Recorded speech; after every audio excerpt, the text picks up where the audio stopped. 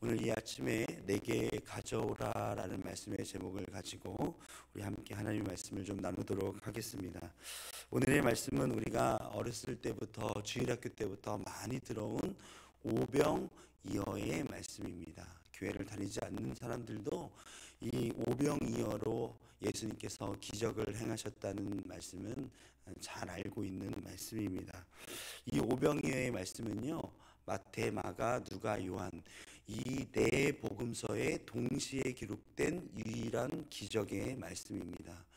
그만큼 이 말씀은 확실한 말씀이고 네 제자가 동시에 증언할 만큼 이 네 복음서에 확실하게 기록되어 있다는 사실을 알 수 있습니다.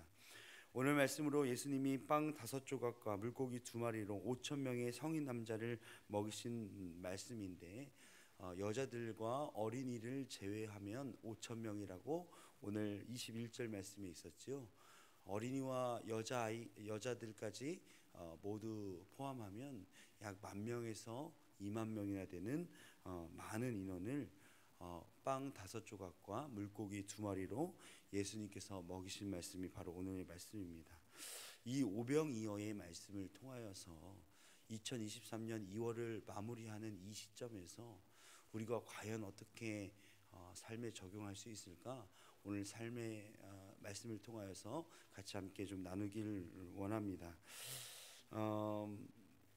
이 사건이 일어난 시기를 먼저 좀 봐야 됩니다. 이 사건이 일어난 시기는요, 마태와 누가복음은 세례 요한의 죽음 후에 위치시키고 있습니다. 오늘 말씀이 단순히 오병이어의 사건으로만 볼 것이 아니라 14장 처음부터 시작되는 이 사람들의 잔치와 천국의 잔치로 조금은 나누어서 생각해 볼 필요가 있습니다. 오늘 본문 말씀인 13절 그 오병이의 사건이 일어나기 전에 14장 1절부터 나오는 이 세례 요한의 죽음의 말씀에 우리가 먼저 좀 집중해 보려고 합니다. 여러분, 14장 1절부터 오늘 읽지 않은 12절까지의 말씀은요, 세상의 파티, 세상의 축제가 어떤 결말을 이루어내고 있는가 이야기하고 있습니다. 간단하게 설명하자면 이렇습니다.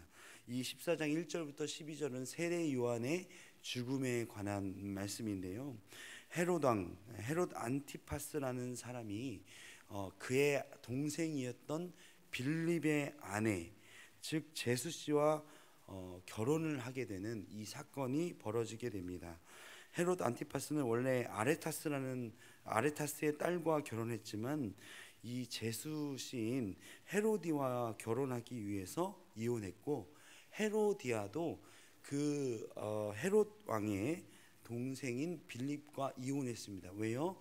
헤롯 왕과 다시 재혼하기 위해서 일부러 이혼하는 그런 일들이 일어났습니다. 세례 요한은 오늘 14장 말씀에서 보면 이 결혼이 잘못되었다, 그 여자를 차지하기 위한 방법이 잘못되었다고 고발하다가 옥에 가두게 되었고, 헤롯의 생일날 헤로디아의 딸이 연석에서 춤을 추게 되고, 그 춤을 보면서 기뻐한 헤롯 왕이 소원이 무엇이냐, 그것을 다 들어주겠다 약속했는데, 그의 어머니 헤로디아의 시킴을 듣고 세례 요한의 머리를 소반에 들고 오게 해달라고 하는 그 죽음을 요청하는 까닭에 세례 요한이 죽게 되는 사건이 오늘 본문 말씀 전까지의 말씀입니다. 여러분, 이 세상의 파티, 세상의 축제는요, 결말이 결국 이렇게 되는 것입니다. 자신의 이익과 자신의 소망과 자신의 이익을 조금이라도 더 취하기 위해서 갈등과 분열과 나눠짐과 사망이 있는 것이 이 바로 세상의 파티, 세상의 축제의 특징입니다. 여러분, 그렇기 때문에 세상의 축제를 그렇게 기뻐하지 마십시오. 세상의 즐거움을 여러분 그렇게 소망하지 마십시오. 그의 결말이 그렇게 좋지 않습니다. 우리 담임 목사님께서 동창회 가지 말라고 자주 말씀하시는데, 동창회 갔다 와서 별로 그렇게 좋은 결과가 나오는 걸 못 본 것 같습니다. 왜요? 여러분, 세상의 파티의 결말은요, 자꾸 비교하게 됩니다. 내가 가지지 못한 거 저 사람이 가졌더라 자꾸 보고 오게 됩니다. 무엇을요? 부를요, 세상의 것을요, 세상의 기쁨을요 보고 와서 내 자신을 한탄하게 만드는 것이 바로 세상의 축제라는 것입니다. 그러나 오늘 14장 13절부터 진행되는 천국의 잔치, 천국의 파티는요 조금 다릅니다. 오늘 본문을 좀 보면서 오늘 2023년을 살아가는 우리의 삶에서 이 천국의 식탁, 천국의 파티, 천국의 잔치를 조금 어떻게 누릴 것인가 우리 삶에 적용하면서 함께 좀 보도록 하겠습니다. 오늘 예수님께서요 세례 요한이 죽었다는 사실을 듣고요 가버나움을 떠나셔서 벳세다라는 동네로 가십니다. 여러분, 세례 요한은요 예수님의 친척이었어요. 예수님과 매우 가까운 사이였습니다. 친척이 죽었다. 또한 예수님 앞서서 길을 여신 그 세례 요한이 죽었다. 그것도 잔혹하게 목이 베어서 그렇게 죽었다는 이야기를 듣고 예수님의 마음이 어떠셨을까요? 아마 찹찹하셨을 것 같습니다. 가버나움을 떠나서요 벳세다로 가십니다. 근데 특별히 이 벳세다는 이 헤롯 안티파스의 영역이 벗어난 곳입니다. 예수님께서는 그곳에 가셔서 쉬시기를 원했습니다. 원래 예수님께서는 이 5천 명을 먹이시는 부흥 집회를 계획하신 것이 아니었습니다. 예수님께서는 이곳에 단순히 제자들과 조금 쉬시러 가게 되었습니다. 그런데 큰 무리들이 예수님의 놀라우신 능력과 예수님의 놀라우신 힘을 소문을 듣고 많은 사람들이 모이게 되었습니다. 예수님께서는요 그들을 불쌍히 여기시고 긍휼히 여기시는 그 놀라우신 성품으로 인하여서 그들을 그냥 두실 수 없었습니다. 그래서 저녁이 될 때까지 쉴 새 없이 그들을 고치셨습니다. 물론 마음이 아프고 마음이 어렵지만 그 사역에 집중하는 것들을 볼 수 있었습니다. 여러분, 우리에게도 이런 것들이 필요합니다. 우리 사역을 하다가 마음이 상하는 일이 얼마나 많은지 모릅니다. 저도 가끔 아내의 잔소리를 듣고 나와서 이렇게 설교를 하려고 하면 마음이 무거울 때가 있습니다. 그러나 우리가 잘 구분할 필요가 있다는 것을 우리 말씀을 통해서 우리가 배울 수 있습니다. 어쨌든 예수님께서 그렇게 저녁이 될 때까지 열심히 사역을 하셨고, 이제 저녁 시간이 되매 제자들이 나와서 예수님께 이렇게 이야기합니다. 예수님께서 그 제자들에게 제자들이 예수님께 나와서 이제 저녁이 되었으니 이들을 마을에 들어가서 먹을 것을 사 먹게 하소서라고 이야기합니다. 그런데 이 제자들의 방법은요 사실 그렇게 좋은 방법은 아니었습니다. 왜냐하면 지금 이곳에 있는 벳세다의 인구가 3천 명밖에 되지 않습니다. 여러분, 그런데 이곳에 모인 지금 인원이 최소 10,000명인데 3천 명밖에 되지 않는 그 마을에 들어가서 먹을 것을 사 먹으면 또 얼마나 사 먹겠습니까? 준비가 되지 않은 상태에서 그것은 매우 어려운 일이었습니다. 그런데 예수님께서는 16절에 보면 이렇게 말씀하고 계십니다. 16절 말씀 같이 한번 보도록 하겠습니다. 시작. 예수께서 이르시되 갈 것 없다. 너희가 먹을 것을 주라라고 이야기하고 있습니다. 예수님께서 먹을 것을 주라고 이야기하고 있습니다. 어처구니가 없는 상황이죠. 제자들이 가진 것이 떡 5개와 물고기 2마리라고 본문은 설명하고 있습니다. 마태는 이야기하고 있지 않지만 요한은 이것을 보리떡이라고 설명하고 있으며 소년이 가지고 온 것이라고 요한복음 6장 9절에 덧붙여서 설명하고 있습니다. 마가는요 제자들이 이날 음식을 먹으려면 200데나리온이 필요하다는 추가적인 설명까지 마가복음에서는 찾아볼 수 있습니다. 여러분, 1데나리온이요 한 성인 남자가 하루 종일 나가서 벌어야 할 돈이기 때문에 200데나리온이라는 돈은 굉장히 큰 돈이었습니다. 이들은 예수께서 어떤 방법이나 어떤 해결책을 내어놓을 것이라는 것은 생각도 하지 못하고 이들을 어떻게 먹일 것인가, 이들을 먹이려면 큰 돈이 들 것이고 실제적으로 무리가 있다는 그 사실만 계속 생각하고 있다는 것입니다. 여기서 우리가 우리의 삶에 좀 적용해 보려고 합니다. 여러분, 문제가 앞서 있으면요, 우리는 사람의 생각의 수준에서 모든 걸 해결하려고 합니다. 여러분, 우리 몸이 갑자기 아프게 된다던가 우리가 해결해야 할 가정에 어떤 문제가 있으면요, 우리는 빠르게 계산하는 법을 먼저 생각합니다. 이거 어떻게 해결하지?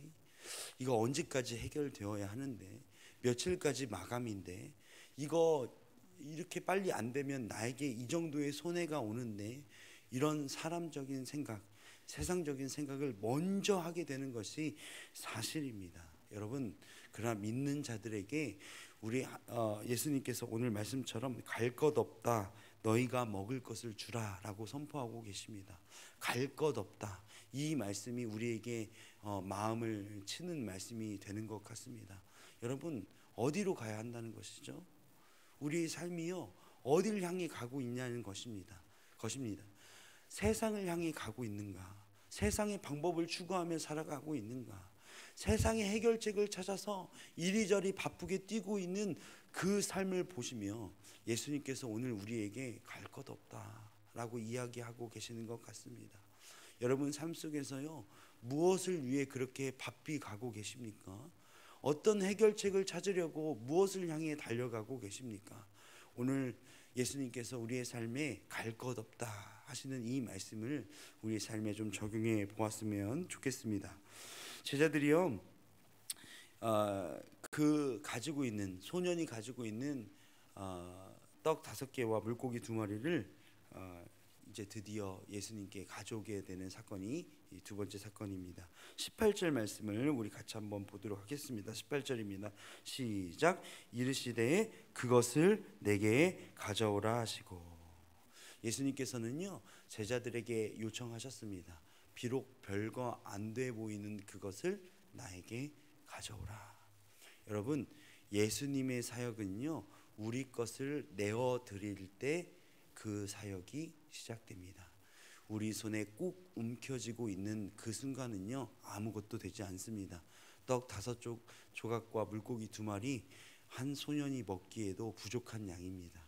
그러나 그것을 주님께 가져올 때 그것이 5,000명, 아니 최소 10,000명에서 20,000명을 먹이게 되는 그 사건의 시초가 되는 것입니다. 여러분, 우리의 것을 먼저 내어드리면 주님의 일이 시작됩니다. 여러분 믿으십니까? 여러분 어떤 기적을 기대하고 계십니까? 어떤 삶을 소망하고 계십니까? 우리의 삶에 어떤 문제가 해결되길 간절히 소망하고 계십니까? 우리의 것을 가져올 때, 별것 아니라고 생각되는 그것을 내어드릴 때 주님의 일이 시작된다는 이 성경적 원리를 여러분 기억하시길 바랍니다. 주님 주시옵소서, 주시옵소서. 그럼 넌 나에게 뭘 가져올래? 나에게 뭘 내어놓을래? 예수님께서 오늘 말씀하고 계십니다.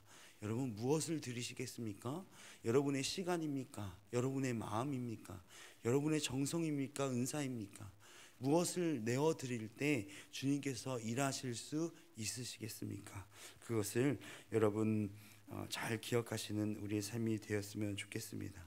세 번째로요, 오늘 말씀에 보면 예수님께서 그 가져온 것을 가지고 축사하시사 제자들에게 주고 제자들이 다시 무리에게 주었습니다. 그 결과 어떻게 되었는지 20절 말씀을 우리 마지막으로 보도록 하겠습니다. 20절입니다. 시작. 다 배불리 먹고 남은 조각을 12바구니에 차게 거두었으며. 여러분 성경이 굉장히 재밌는 책입니다. 아까 14장의 초반에 보면 이 세례 요한의 머리를 어디에 가져오게 되었죠? 여러분 소반이라고 되어 있습니다. 바구니죠. 이 천국잔치에 남은 떡과 물고기의 조각이 12 어디에 있는 거죠? 네, 12 바구니에 차게 되었다라고 되어 있습니다. 여러분 성경의 원어를 보면요, 소반보다 바구니가요 더 큰 개념입니다. 이 천국의 잔치는요 넉넉하게 남는 잔치입니다.